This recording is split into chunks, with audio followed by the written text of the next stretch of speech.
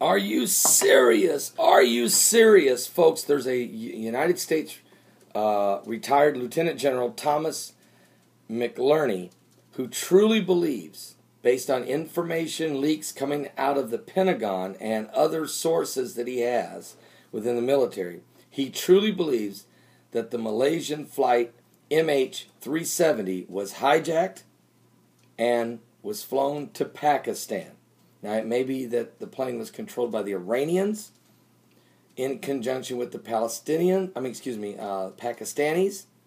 but he truly believes, he has reports, the plane is intact and went to Pakistan. I want you to hear it from his own mouth. I want you to understand. He was being interviewed by Sean Hannity, and I want to share this with you right now. We're going to talk about it today in our live broadcast. Here it is right now. Of action that I gave you last Friday, that number one, it was hijacked. Number two, we ought to look at Pakistan and eastern Iran.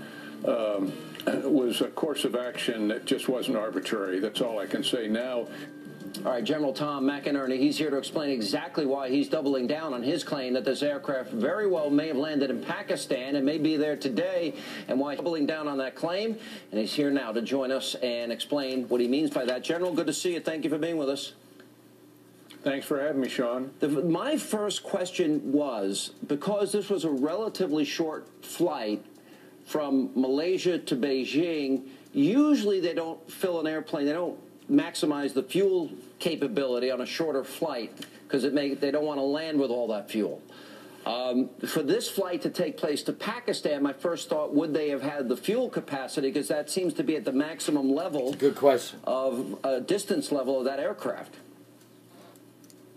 Yeah, that's a very good question, Sean. As it turns out, we got the last ping 7 hours after takeoff. Okay. For whatever reason, they apparently had put more fuel into it. It may be their standard practice, so they don't have to buy fuel up in Beijing. It may be more expensive. I don't know.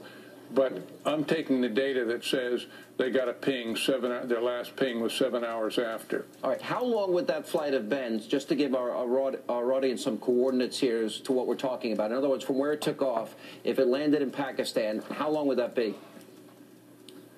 Well, it's about 3,500 miles, 7 hours, 500 miles true, let's say.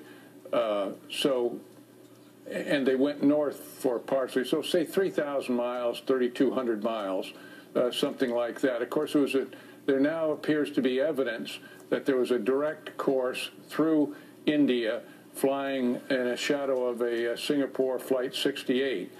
So he's saying there is direct evidence that the plane not only turned, but flew in the shadow of another flight that was going in the same direction, headed toward Pakistan. It was an Indian flight, and it could get in behind India, and that way not be detected by radar. That hasn't been verified. The only thing that I have seen that is starting to become verified is the LigNet report that from Boeing saying that they believe the airplane was in Pakistan, which I talked about on Friday. So he has talked to representatives from Boeing. Boeing believes the plane is in Pakistan. And that all of this shell game, all of this searching, and we saw, China's satellite saw a plane, and the French saw 2 objects, and Thailand seen 122 objects, and somebody else seen 300 debris, and you got all these boats and all that. All of that is just smoke and mirrors. The truth is, this plane we know was hijacked, and we know it did not make it to Beijing, China. And we know it must not have crashed in the ocean because nobody can find it. You got 25 nations of the world looking for it. We also know 20 employees of Freescales Limited of Austin, Texas, were on the plane.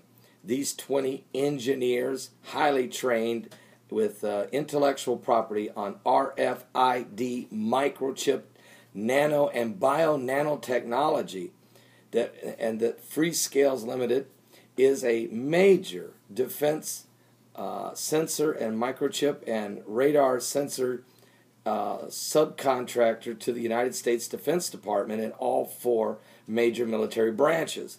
This is so highly sensitive, classified cargo could have been on the plane, and even if it wasn't, the 20 men themselves had valuable knowledge and could be somewhere being interrogated for that knowledge. This plane could be in an underground cave, bunker, buried deep in the mountains of Pakistan. Imagine that. So we're going to talk about it, folks. I mean, we got to talk about it. Where's the plane? Are you serious? I'm leaving on a jet plane. I don't know when I'll be back again.